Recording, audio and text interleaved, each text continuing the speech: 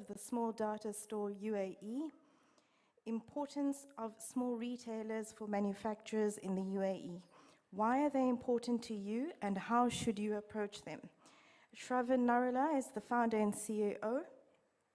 He is heavily invested in marketing research and data science, with over 10 years experience in the industry, having grown up in a family business of traders in the unorganized sector and having multi-country and multi-domain experience obtained in India, Australia, and the GCC. Shravan's experience covers tobacco, FMCG, retail, real estate, and media. He has a history of developing and adapting research methodology and working with industry lobby groups to better understand the plight of retailers and manufacturers. Thank you. Welcome. Good morning, everybody. So what I'm here to talk about today is slightly different from what we were talking about all day yesterday and today as well. I'm talking about a more inclusive approach to retailing and selling in UAE. I'm going to talk about why they are important, why they're being underutilized, what's the opportunity, and what can you do about it. So the message here is that good things can come in small packages, which is the small retailers, and this is what I'm going to talk to you about today. As an industry, you're faced with multiple challenges, and these challenges can be bucketed into three big buckets, which is the fact that, okay, UAE is a re-export hub. Export strains exist because of geopolitical natures across the environment. You have regulatory challenges, which we spoke about yesterday as well. The other aspect is what we talked about, it's the retailer pressure. Retailer pressure manifests itself in many ways, high listing fees, there's high overuse of promotions, and there's a new competitor in the market, which is your private labels. So it becomes, as a manufacturer, it becomes more and more complex and difficult for you to compete in this market, and these are some of the challenges which I want to try to address by providing an alternative solution. First, it's important to understand what is the landscape of retail in the market today. The graph on the left, the pie chart on the left, is talking about how many shops there are. This is the number of stores. It's a representational number. This is more or less what the picture is. About 3/4 of the number of stores in UAE can be classified as traditional trade or unorganized retail, or like bakalas and small grocery stores. A very small proportion is organized modern trade. A big chunk of that orange quadrant that you see out there is actually, your convenience stores and petrol stations. So you can imagine the challenges that you're facing from, numerically speaking, from supermarkets and hypermarkets is very small. However, when you look at the revenue they generate, when you look at the importance in the market, again, this is representational. The small retailers are about 1/3 of the market. And with some estimates, right now I'm representing the big retailers as controlling about 1/3 of the revenue. Some estimates go up to 40 to 50% of the markets. The food and beverage retail market in UAE is being controlled by a few retailers alone. These numbers are all, this is representation on the basis of brick and mortar stores. It does not include online. Online is about perhaps another, you can add another 10, 12% to it. And that's, as we all know, also rapidly growing. So the question is, why is this happening? What are the big differences from the perspective of you as a manufacturer? What are the key differences between big retail and small retail? Big retail can be, characterized by having high footfall per store. They drive high volumes, which is why they're very important to you. And as such, as a result of which, they represent a per SKU low cost of distribution for the manufacturer. On the other hand, the small retailers, because they have low volumes, they have lesser bargaining power with you, and therefore you are able to command a higher margin with them. So per store, you can get a higher revenue, a higher margin from a small retailer, but the volumes game decides the fact that you will have to give importance to the big retailers. Uh, all of you, all manufacturers conduct shopper surveys and conduct studies. And one of the key insight always is what is the key determinant for a shopper to choose a store to shop at is convenience, is proximity to where I live or to where I work. And this is an advantage, another advantage which small retailers have, they are located everywhere. Numerically speaking, I'm talking about they are about approximately 10 times the number of modern format retailers. So the access to small retail is much higher. So this is another advantage that small retailers have. So to equate this as a collective, so this is one of the key insights that I would like to sort of bring across. While big retail, as entities that they command high volumes and high footfall, and they demand, they control the equation when speaking with manufacturers. But as a collective, small retailers, they are about 10 to 12 times more just by sheer number, sheer size, and they also have a higher number of footfall from shoppers' point of view. As a shopper, I go to I go to a Bacala 10 times a week, but if I'm going to a modern format, I'm going about maybe 2 to 3 times a week at the most. So the number of people walking into small stores, number of stores there are is much larger. So the question that falls here is there a method which you can economically target small stores and deleverage the lower margins that you actually be subjected to from the big retailers and focusing more on the small retail? Basically, I want you to think about focusing on the longer tail of retail. There is a principle which works across everywhere pretty much. It's the 80-20 principle. 80-20 principle is called the Pareto principle, which is basically the orange graph that I'm showing here in this chart out here, which is a representation of how a few retailers controlling the volumes of the market. There is a new principle coming out called Goodbye Pareto principle, and welcome to the new distribution. This is a research paper that was conducted back in 2006, and it basically characterizes the fact that since the advent of the internet and digital age, it's easier for you as a manufacturer to reach your consumers, to reach your buyers, to reach your retailers as well.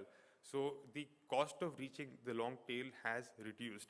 And back in 2006, the research paper estimated this to be a 65 to 35. The 80-20 became a 65-35. So the question here is, again, now, how do you push those boundaries even further and make the longer tail more viable, and not just deleverage your risk, but also increase the overall pie of the share of the market? The overall size of the market can be increased as well. But again, traditionally, it has been very expensive to reach small retail.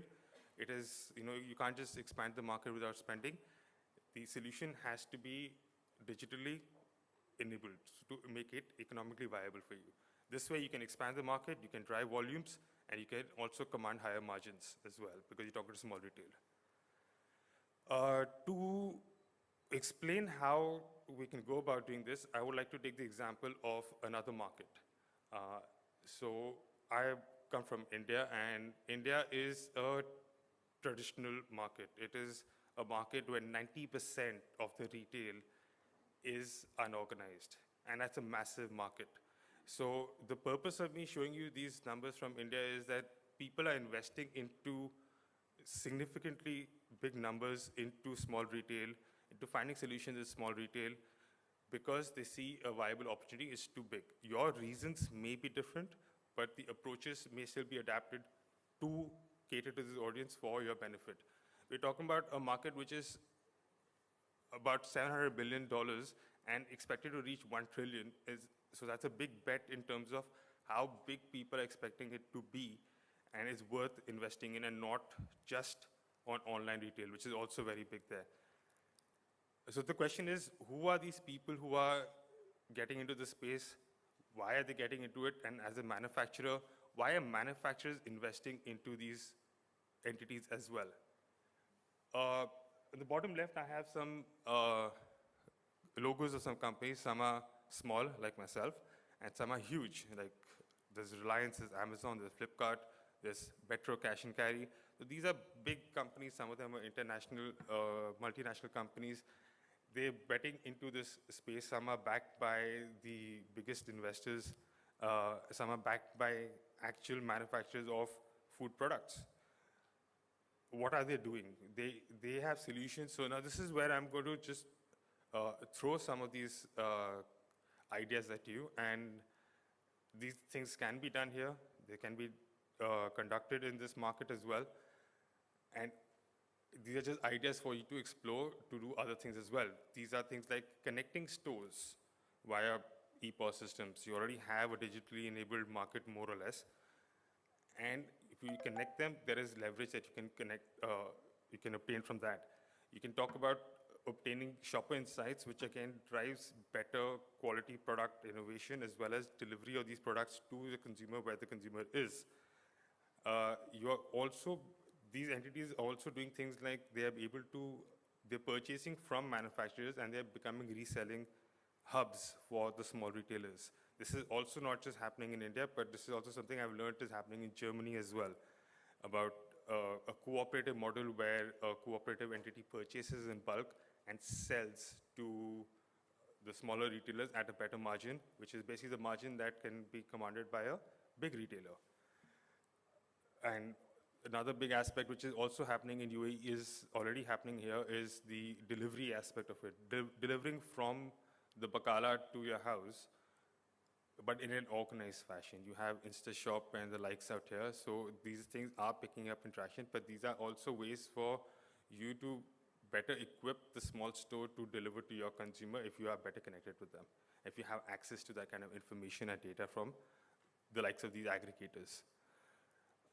Another aspect which is very interesting, which will be very important for manufacturers, is a B2B marketplace for buyers and sellers, which is basically visualize an aggregator platform. Just like you have so many aggregator platforms for the consumer space, you have an aggregator platform where a shopkeeper can go online, go to a platform, say, I need 10 cases of milk brand A, and he searches for it and he gets these sellers, maybe distributors or manufacturers, and the rates that they're providing it at, and they can choose what suits them in terms of location, in terms of pricing, in terms of relationship, whatever they want to determine their decision on, it's available to them as an aggregator space. So these are some of the things that are happening in India. Why are obviously now it becomes fairly obvious why would manufacturers invest their not just their time and attention, but also their money into these organizations is on the basis of the fact that you bring down the cost of distribution. You're able to be connected to a larger entity as a collective rather than 100 stores individually. You don't need to send your sales staff individually one by one to actually physically distribute products. This can be connected via an aggregator model. And you can also know your shoppers better, you have better insights, you create products or you provide products. Say, for example, Dera has a very different profile to, say, a Marina. So the kind of products that are delivered not just in the supermarkets there because they have centrally available information to themselves, but even to the bakalas in these areas, they can too cater to their audiences in a similar manner. This is a win-win. It's an inclusive approach, which is a win-win for the small stores, the small guys, but also for you because you are having more intelligent distribution of your products across the spectrum. But to ensure you can do this, in order to do this, it has to be, I believe, an collaborative approach, an approach which views the marketplace not from the lens of who I am as a manufacturer, but as a marketplace, a collective marketplace for all manufacturers, because that is when your cost can actually reduce. That is when it's actually more powerful and makes more sense, where you have a connected system which is driven by association, which is built by association, and can be utilized for the benefit for all. So you need to reassess what the marketplace looks collectively as it is today, identify where the areas that technology can actually intervene to overcome challenges that you see right now. Obviously, the most obvious glaring aspect is knowing what the guy wants or telling the guy what he should sell and actually providing it to the person. This also opens up the aspect of you adapting and learning things from, like I mentioned, examples of aggregators, aggregator model. You adapt and learn from, say, consumer-driven digital models right now which exist. So these can also be, if you just visualize it from that aspect, can be implemented as well into the this kind of a system. And you're essentially giving birth to a new industry which can take care of itself. It's something which is, because it is providing sufficient information across, it is catering to multiple entities who can profit and improve from this. On the basis of that, it can take care of itself. It can have its own revenue model and structure, and the benefit is for you as a manufacturer. It can help you obviously improve your margins. It can deleverage the risk of you being challenged by a few entities, and you are able to spread the risk in that manner, so to speak. And what will it look like? It'd just be like a partially automated, artificial intelligence enabled ecosystem which represents everybody. So the message that I have for everybody today is the future of retail is not just about making it digital, but also inclusive of what's there in the market. The impact of this is not just to yourselves, but to the economy in large as well. We're talking about aspects where today there are reports where small shopkeepers are shutting shop and leaving because of the pressures faced by them. So the pressures faced by you manifests itself with them as well, because they're not able to sell and sustain their businesses, and they're shutting shop and leaving. There are many cases of this, which are also mentioned in the consumer report which we have. So these are different aspects which you're able to inclusively sustain a larger section of the economy, not just benefit yourself as well. Thank you.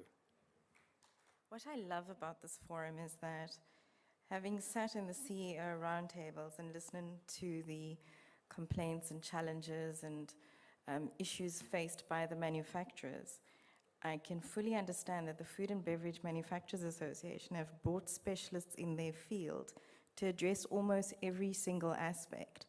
And Shravan has brought through a key concern and has addressed a key concern, which was the shelving space in retailers here for UAE manufactured goods.